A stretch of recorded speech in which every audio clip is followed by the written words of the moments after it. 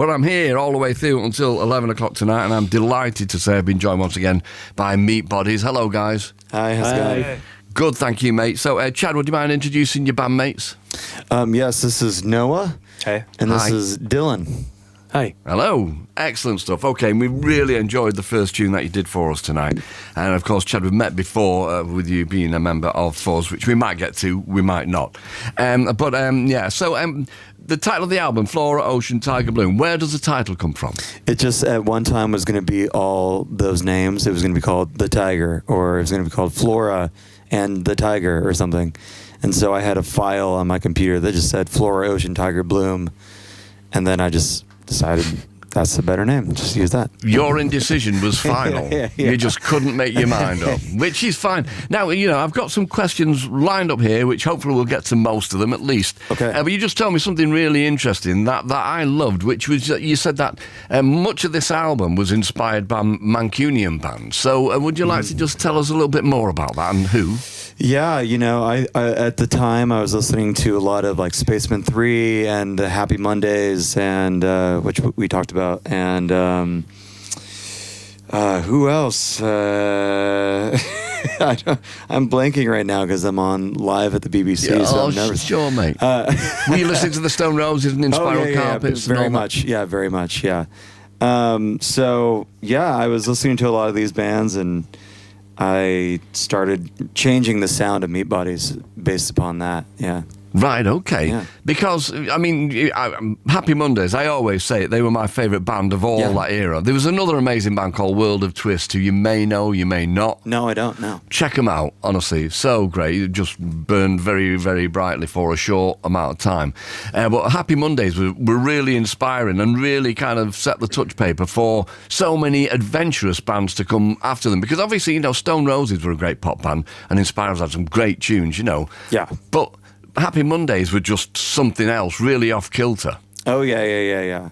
I very much enjoy them. I'm a big fan of Pills, Thrills, and Bellyaches. Yeah, absolutely. Well, I was a plugger on that album, so I didn't destroy it, which is unbelievable, really. So, looking at the press release and just a little snatch of an interview that you did, sobriety, redemption, reinvention, while literally learning to walk and play again. Now, this isn't the kind of scenario that you normally get in a press release. So, and I have asked your permission just to delve into this just a little bit, and you gave me that. So, could you explain that, Chad? Exactly what was it that you went through? There was a lot of transformation during this album, and a lot of sobriety and then non-sobriety, and then there was a moment where I was in the hospital. I got sick from the house that I was living in, and wound me up there, and there was a second where I couldn't walk, and then it all came together, and I finished this album finally, and that's what we're hearing is what I had to kind of go through. Sure, okay, because it started pre-pandemic, didn't it? Oh, yeah. It started, I think me and Dylan started writing it in like 2018 or something like that. Demoing for that, yeah. Right, okay. Yeah. Okay, and so would you say that the time in hospital, not that you would have wished it upon yourself, but did that give you time to reflect on what you'd been through and where you were at in your life and what you wanted to do with a more positive kind of angle following it? Oh, definitely. I would, for sure. Yeah, I think it when you're in there, it really kind of like focuses in on what's actually important to you. Sure. I mean, there's this, I'm not drawing a direct parallel, but it was a stay in hospital that changed Eno's life. I don't know if you're aware of that. I did not know that. Well, yeah, because Eno, he had a stereo set up in his hospital room. Oh, wow. Okay. As you do. But one of the speakers wasn't working, and so he was listening to an album, and kind of all the action was on one side, and all the ethereal stuff was on the other, and he only got the ethereal stuff, and he thought, hang on a minute, I'm actually enjoying this. It reminds me a little bit of, there was a radio station that shut down, and so somebody took the frequency over and just put birdsong on it, and it went mad. People were listening to it all over the place, because they just wanted to be able to listen to birdsong instead of listening to cars going past.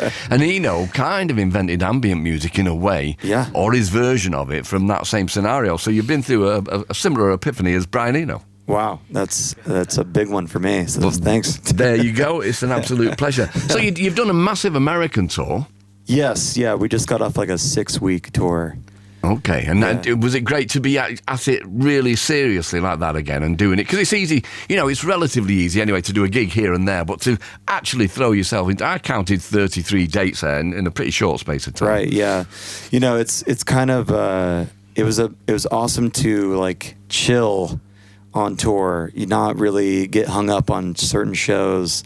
If you messed up a show, I'd be like, hey, I got, 30 more of these shows. Yeah. So doesn't matter. I couldn't do anything. Yeah, brilliant. A brilliant attitude to have. And we'll mention this now. So you are playing Manchester, yes, tomorrow. Oh, Dublin's tomorrow. Is it Dublin tomorrow? And then day after that, Manchester. And then Manchester. Yep. And then London, Lexington. And then London, yeah. Okay, I beg your pardon. Oh, it's And okay. Before we go any further with Meatbodies live in session, I was just admiring your guitar there. Yeah. And you tell me the story behind it. Bless him. Yes, yeah. Ty, this was originally bought by my buddy, Ty Siegel. And he one day just approached me and was like, I don't want this guitar. Do you want it? And I was like, sure. It's a 1958 Guild. 68. 68, sorry, yeah. Oh my gosh, I wish it was 58. No, 68 is old enough. I mean, it's not as old as me, obviously, Yeah. but it's one of the coolest guitars. If only we knew the history of everybody who had owned that guitar, apart from Ty Siegel. I know, right? Exactly. But tell Ty, will you, if he's got any more guitars that he doesn't want, he knows where I am. I'll tell him. I'll definitely Thanks tell for him. that. Yeah. Okay. So, Meatbodies live in session. You've got 3 more tunes to do for us. So, what are they? In what order? We're going to do a song called Silly Sibin, and the next song is called Move, and then the next one is They Came Down. Fabulous. Okay, Meatbodies. Thank you, guys. Thank you.